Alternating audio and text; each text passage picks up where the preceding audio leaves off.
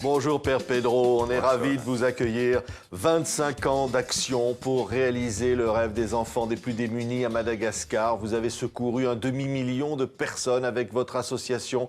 Nous voulions véritablement vous saluer et dire combien votre action est exceptionnelle. Vous vous battez toujours pour que les plus démunis puissent enfin avoir le droit à cette dignité d'un toit et de vivre. Mais c'est un devoir humain, c'est un devoir de chaque être humain sur Terre.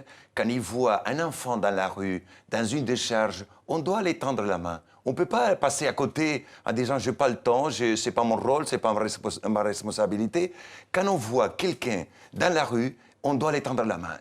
Qui que ce soit, tout être humain, c'est notre frère, c'est notre sœur. Oui, Akamasoa, c'est donc votre association. Ça veut dire quoi, les bons amis? Les bons amis. Bons amis, Akamasu, c'est une association malgache. Et je suis heureux d'avoir trouvé à Madagascar 460 coéquipiers de médecins, de sages-femmes, des ingénieurs, des techniciens, de professeurs, d'instituteurs, assistants sociaux qui gèrent 25 000 personnes que nous avons accueillis quand ils étaient par terre, quand ils ne croyaient plus rien.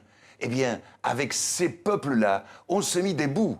On s'est mis à marcher, on s'est mis à travailler, on a scolarisé les enfants, on a créé une convention, une façon de vivre ensemble, parce que quand nous sommes si nombreux, il y a des lois, des conventions, qu'on les a votées à main levée. Eh bien, nous avons dit, on doit se respecter, on doit travailler. Oui, vous êtes arrivé à Madagascar en 1970. Avant de fonder cette association, Exactement. Vous êtes arrivé, alors vous êtes né en Argentine, à Buenos Aires. Qu'est-ce qui vous a fait arriver comme ça sur cette île? Mais à l'époque, j'ai quitté l'Argentine en 1968. Il y avait 3% de pauvres, aujourd'hui beaucoup plus. Je n'ai pas voulu aller en Afrique ou en Asie chercher l'exotisme, comme si les pauvres en Argentine sont ennuyants et en Afrique sont plus sympas. Il n'y a pas de pauvres sympas, il n'y a pas de pauvres gentils. Le pauvre, il est un être humain qui souffre, qui pour survivre doit voler, mentir, doit être astucieux. Et alors, on ne vient pas pour se faire plaisir ou pour chercher de la reconnaissance. On vient pour si on peut aider. Au milieu d'eux, avec eux, jamais au-dessus d'eux, jamais au-dessus.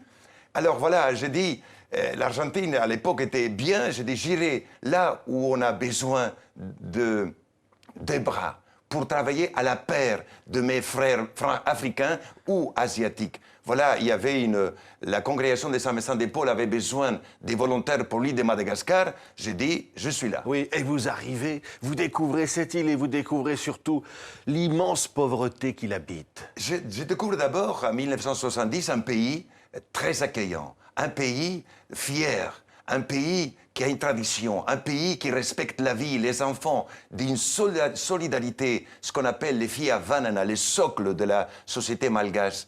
Eh bien, je l'ai vu de mes yeux, personne ne peut me raconter ça, je l'ai vu de mes yeux, 1970. Aujourd'hui, 44 ans plus tard, eh bien, ça a changé. La pauvreté, l'extrême pauvreté a tué l'âme, a tué les bons côtés de chaque personne humaine, parce que l'extrême pauvreté, c'est une prison qui tue l'esprit, l'identité. Oui, vous vous battez, et pourtant c'est difficile. C'est raconté dans un très beau livre publié aux éditions du Rocher, qui vient d'être publié avec des photos qu'on découvre en même temps.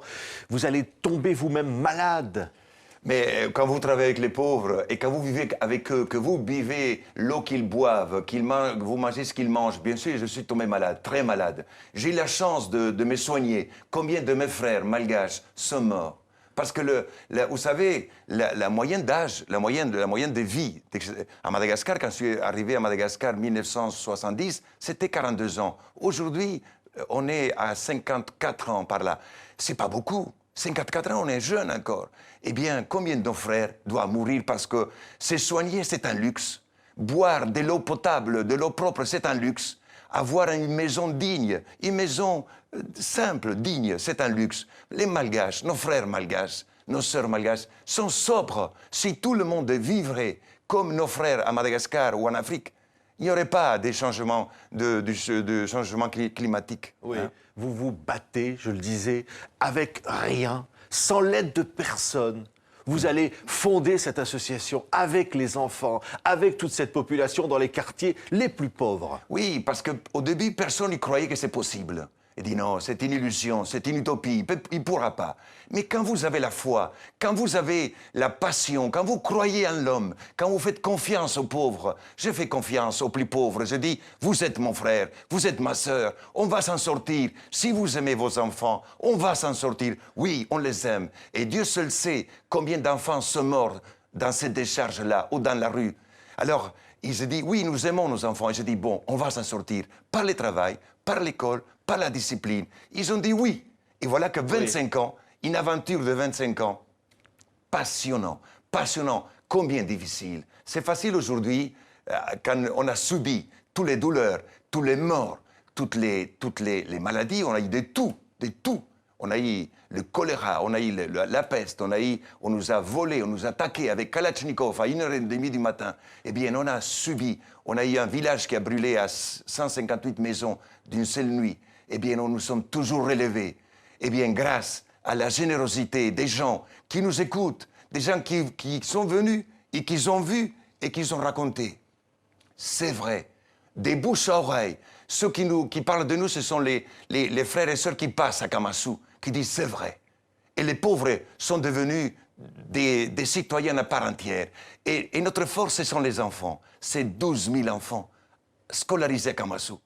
Que le premier enfant que j'ai vu à Kamassou, dans la décharge, ils avaient, tout au début, 1989, ils avaient 10 ans. Aujourd'hui, ils ont 35 ans. Il y a des gens qui sont devenus des médecins, des gestionnaires, des professeurs. Aujourd'hui, la relève est là. Et je suis fier, je suis heureux d'avoir trouvé à Madagascar des jeunes qui aiment leur pays, qui aiment leurs compatriotes. Et vous avez cette force incroyable. Et on vous voit sur les photos avec ces gosses comme ça. Ils vous donnent la vie. On a l'impression véritablement ça va au-delà de tout, au-delà de la foi même, parce que votre foi, elle est là. Mais c'est au-delà de la foi finalement. Mais bien sûr, mais quand vous sentez que Dieu vous a donné un don de communication. Et je suis né en Argentine où on communique beaucoup, on extériorise beaucoup. Je ne sais pas garder pour moi un secret, je le dis tout de suite. Alors, il faut, quand vous êtes à la tête d'un peuple, vous devez donner des objectifs, vous devez donner le courage, vous devez encourager les gens, vous devez dire debout, vous ne devez jamais être par terre ou découragé, vous n'avez pas les droits. On n'a pas les droits. Alors tous ceux qui prennent la responsabilité d'un pays, les présidents d'un pays, il doit être la tête, il doit se sentir le père, la mère de son pays, de son peuple. Il doit être toujours clair, honnête et audacieux, parce que c'est la vie de leurs enfants, de son peuple qu'il s'agit. Eh bien, moi je prends l'exemple sur Jésus, qui est mon modèle. Oui. L'ami des pauvres. Vous serez peut-être canonisé un jour. Ah non, c'est pas mon problème.